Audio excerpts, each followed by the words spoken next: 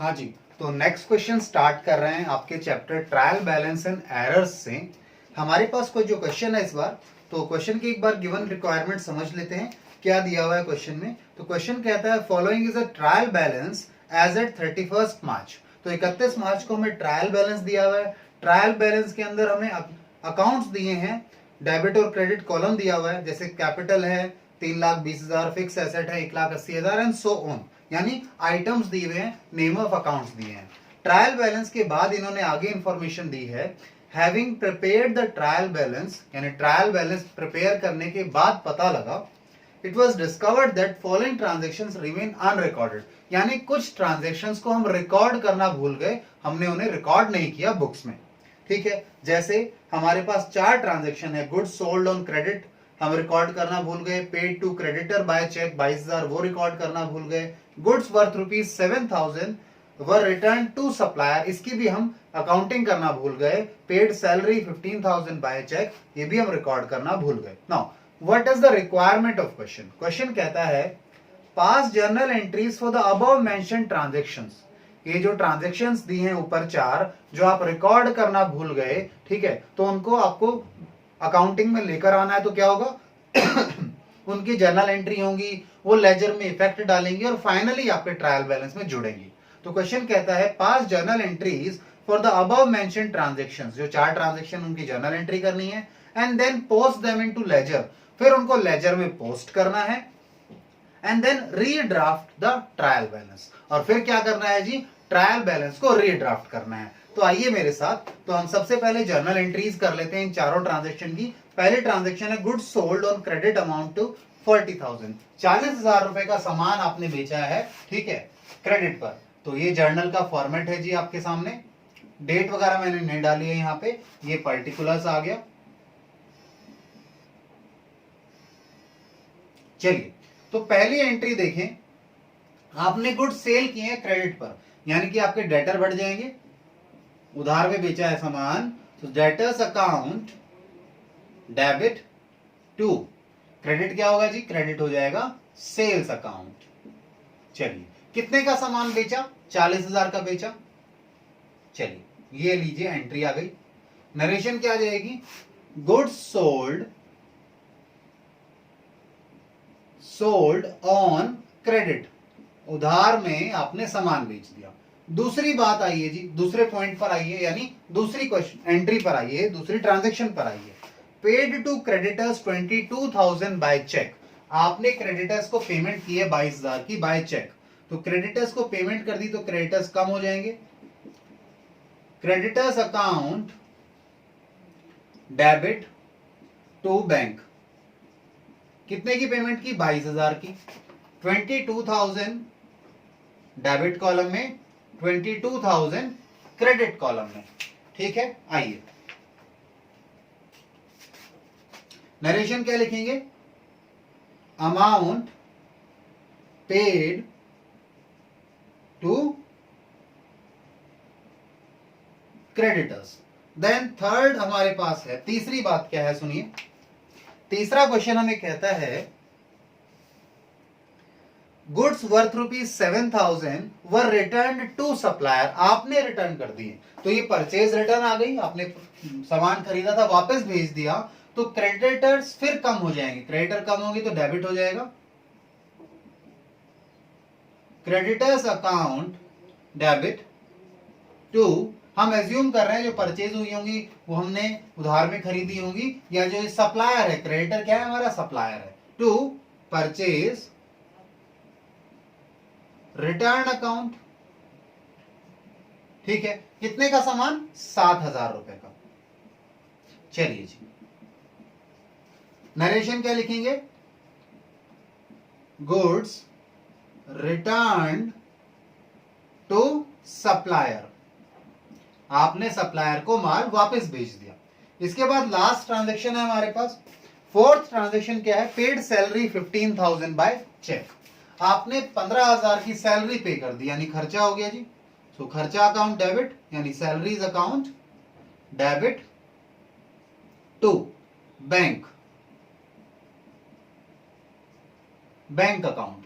कितना अमाउंट आ गया आपके पास, ये आ गया 15,000 का पेमेंट हुआ ना सैलरी का, ये लीजिए जी 15,000। नरेशन क्या आ गई, सैलरी पेड इन कैश, यानी थ्रू कैश का मतलब ये नहीं है कि नगद दिया, यानी आपने पेमेंट कर दी उसकी। आप लिखना चाहो तो पेड बाय चेक भी लिख सकते हो यहाँ पर, ठीक है। चलिए, तो ये 4 ट्रांजेक्शन हो गई। इन 4 ट्रांजेक्शन में आपके कितने अकाउंट इफेक्ट हो गए, देखिए ध्यान से। आपके पास डेटर का नंबर 1 एक अकाउंट हो गया, सेल्स का दूसरा अकाउंट हो गया, क्रेडिटर तीसरा अकाउंट है, बैंक चौथा अकाउंट है, क्रेडिटर ऑलरेडी ऊपर है तो अकाउंट दोबारा नहीं गिनो इसे, परचेज अकाउंट, परचेज रिटर्न पांचवा है, सैलरी छठा है, बैंक ऊपर आ चुका, यानी 6 अकाउंट इफेक्ट हुए हैं। अब अगर ये 6 अकाउंट ऑलरेडी हैं तो उनके बैलेंसेस पर चलेंगे हम लोग, ठीक है। अब क्या करते हैं, इनकी पोस्टिंग करते हैं लेजर में। जो भी अकाउंट है उनके ओपनिंग बैलेंस लिखने होंगे आपको। जैसे डेटर के लिए हम बात करें, डेटर डेबिट हुआ है यहाँ, ठीक है, तो डेबिट तो हुआ है डेटर, ठीक है, सेल्स के कारण, बट इसके डेटर का ओपनिंग बैलेंस भी तो है आपके पास, जो पुराने वाला ट्रायल बैलेंस था, तो वहां से ओपनिंग बैलेंस उठाएंगे, फिर इस ट्रांजेक्शन का इफेक्ट डालेंगे और फाइनली ट्रायल बैलेंस बनाएंगे। तो हम एक काम कर रहे हैं, मेन पार्ट को तो इरेज कर रहा हूं, जर्नल एंट्रीज वाले पार्ट को हम आपके साथ क्या करेंगे, हाथों हाथ किसी अकाउंट को बनाएंगे, उसके फाइनल जो भी क्लोजिंग बैलेंस आएगा उसे ट्रायल बैलेंस में डाल देंगे, यानी जर्नल के साथ हम साथ साथ ट्रायल बैलेंस भी कंप्लीट कर लेंगे आपका, ठीक है जी। चलिए, तो इस पार्ट को आप लिख लीजिए, फिर आगे चलते हैं।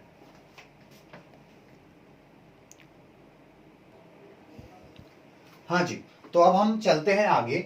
अब हम क्या कर रहे हैं, आपके साथ जर्नल एंट्रीज आपने रिकॉर्ड कर ली है, लिख ली है, ठीक है। 4 एंट्रीज हैं, उन चारों एंट्री में जो जो अकाउंट इफेक्ट हुए हैं उनके अकाउंट बना लेते हैं, ठीक है। 6 अकाउंट थे वो हमें बनाने हैं, बाकी अकाउंट के बैलेंसेस तो चेंज नहीं हुए, तो जो चेंज नहीं हुए एज इट इज यहाँ पर आ जाएंगे, ठीक है। तो आइए 1 बाय 1 देखें।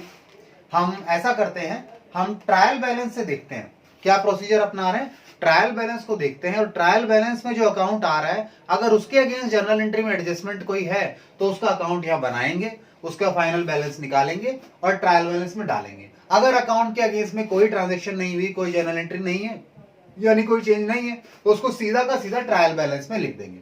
तो ये हमने 2 लेजर अकाउंट के फॉर्मेट बनाए हैं, ठीक है जी। आइए, ये 2 फॉर्मेट हैं, ये डेबिट साइड हो गई अकाउंट की,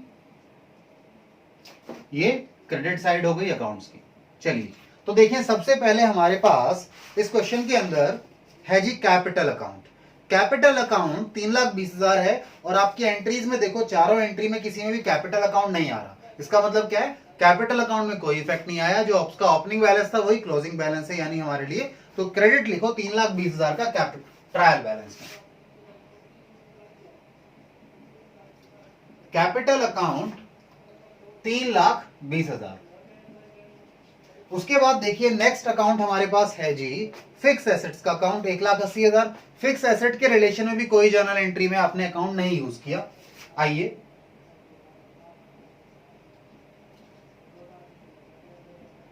फिक्स एसेट्स अकाउंट 1,80,000 रुपए।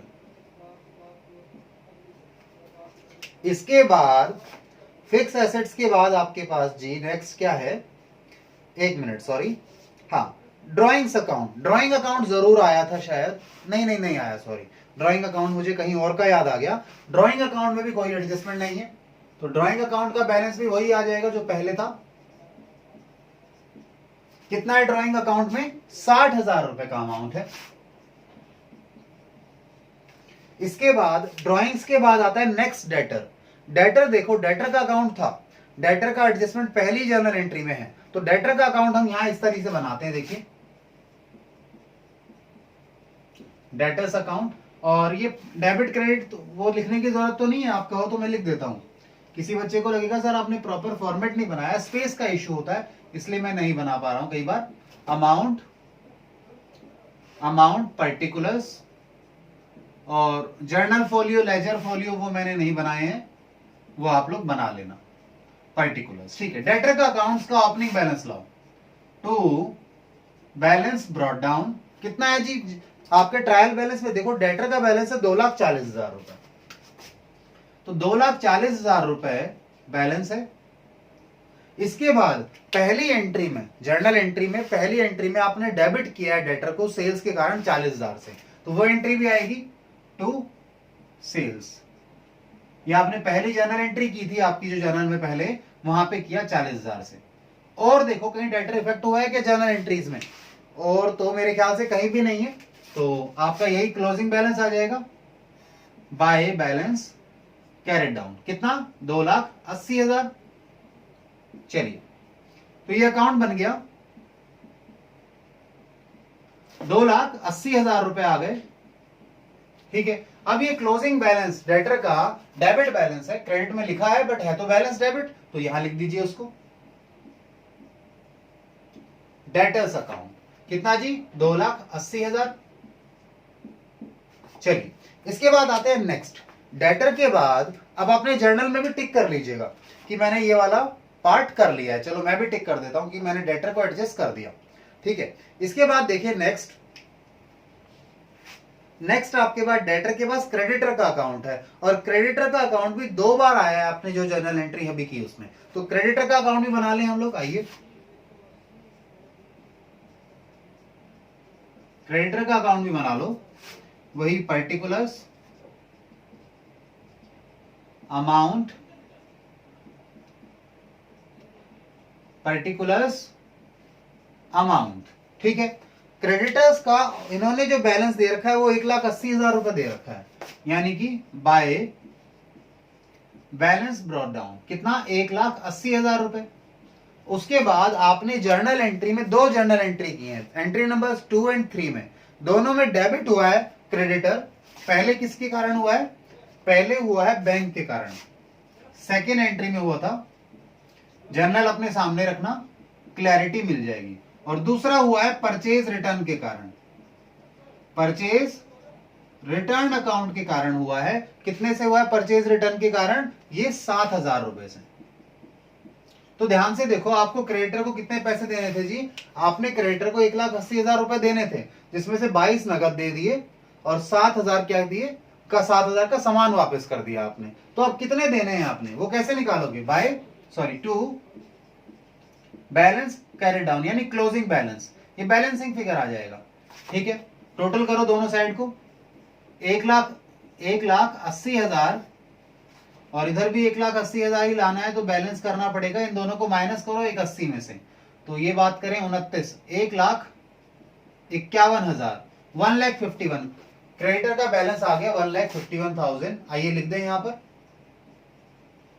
Creditors account 1,51,000। ठीक है, इसके बाद नेक्स्ट चलते हैं, क्रेडिटर्स भी हो गए हमारे।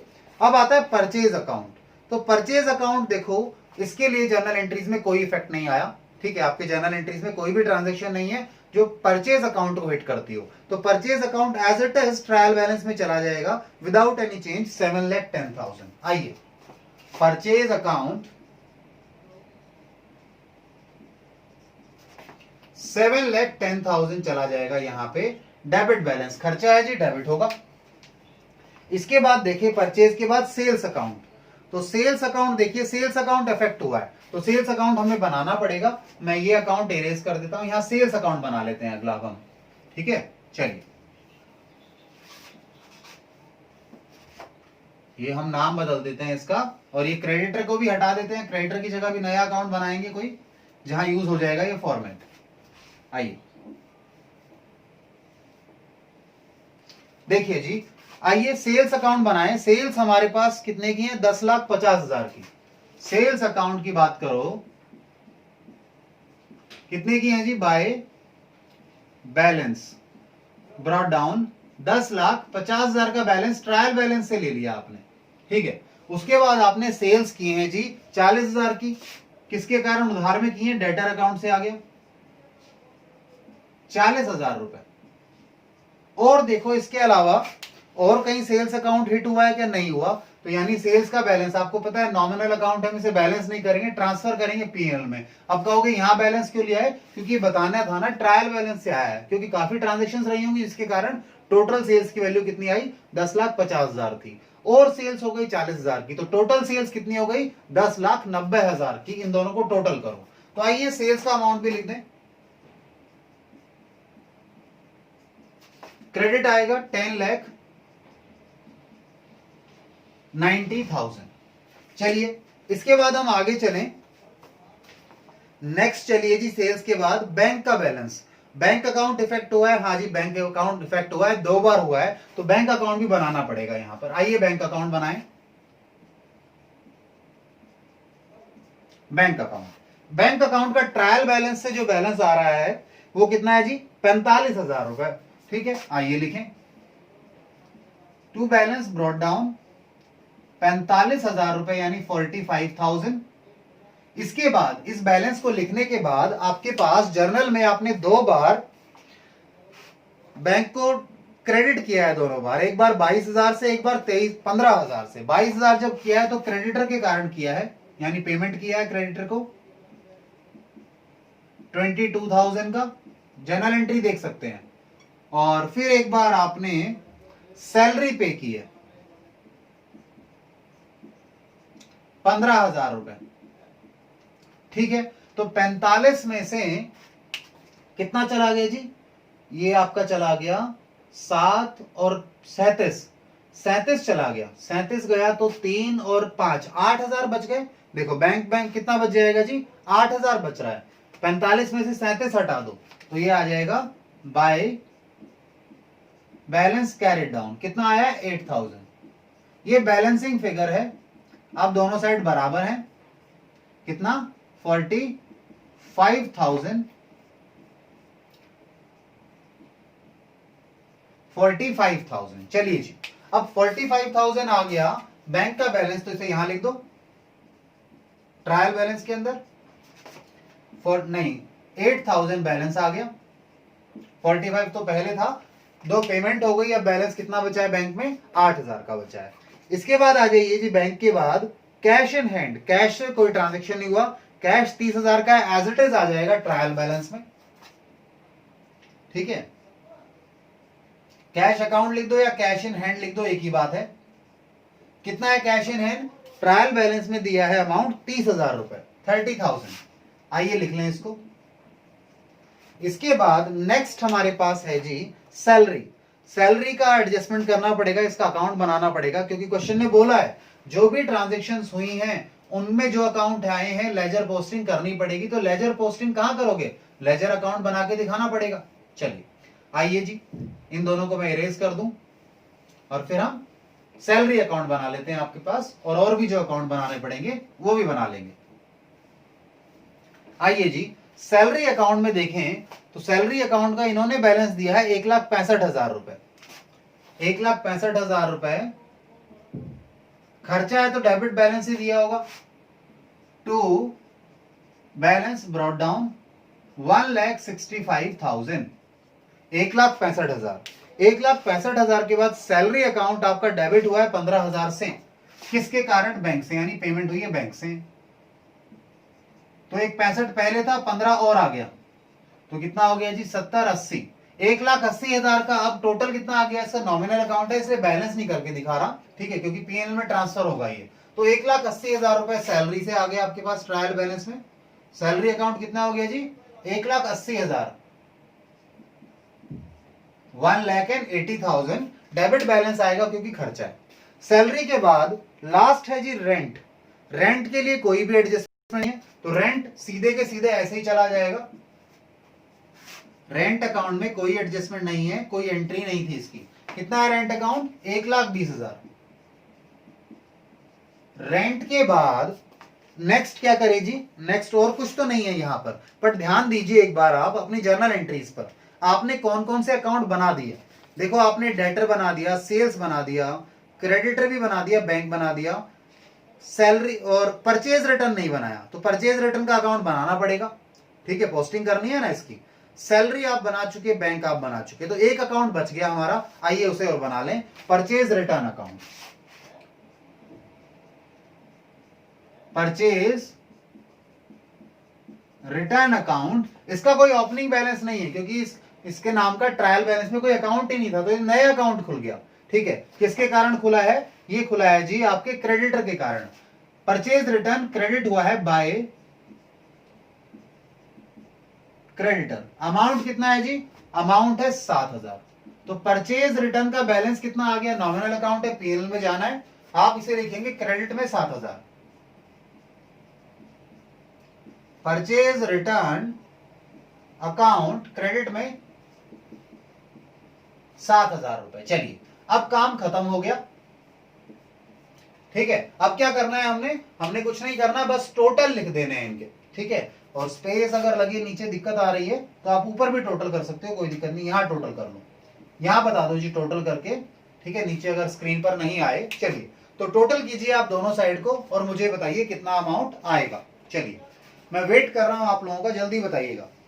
आपके पास इधर डेबिट में 1,80,000 है, 60,000 है, 2,80,000 है, 7,10,000 है, 8,000 है, 30,000 है, 1,80,000 है और 1,20,000 है। इन सब का टोटल मुझे बताओ कितना आता है, मैं वेट कर रहा हूं आपका, ठीक है जी। टोटल बताइए डेबिट का।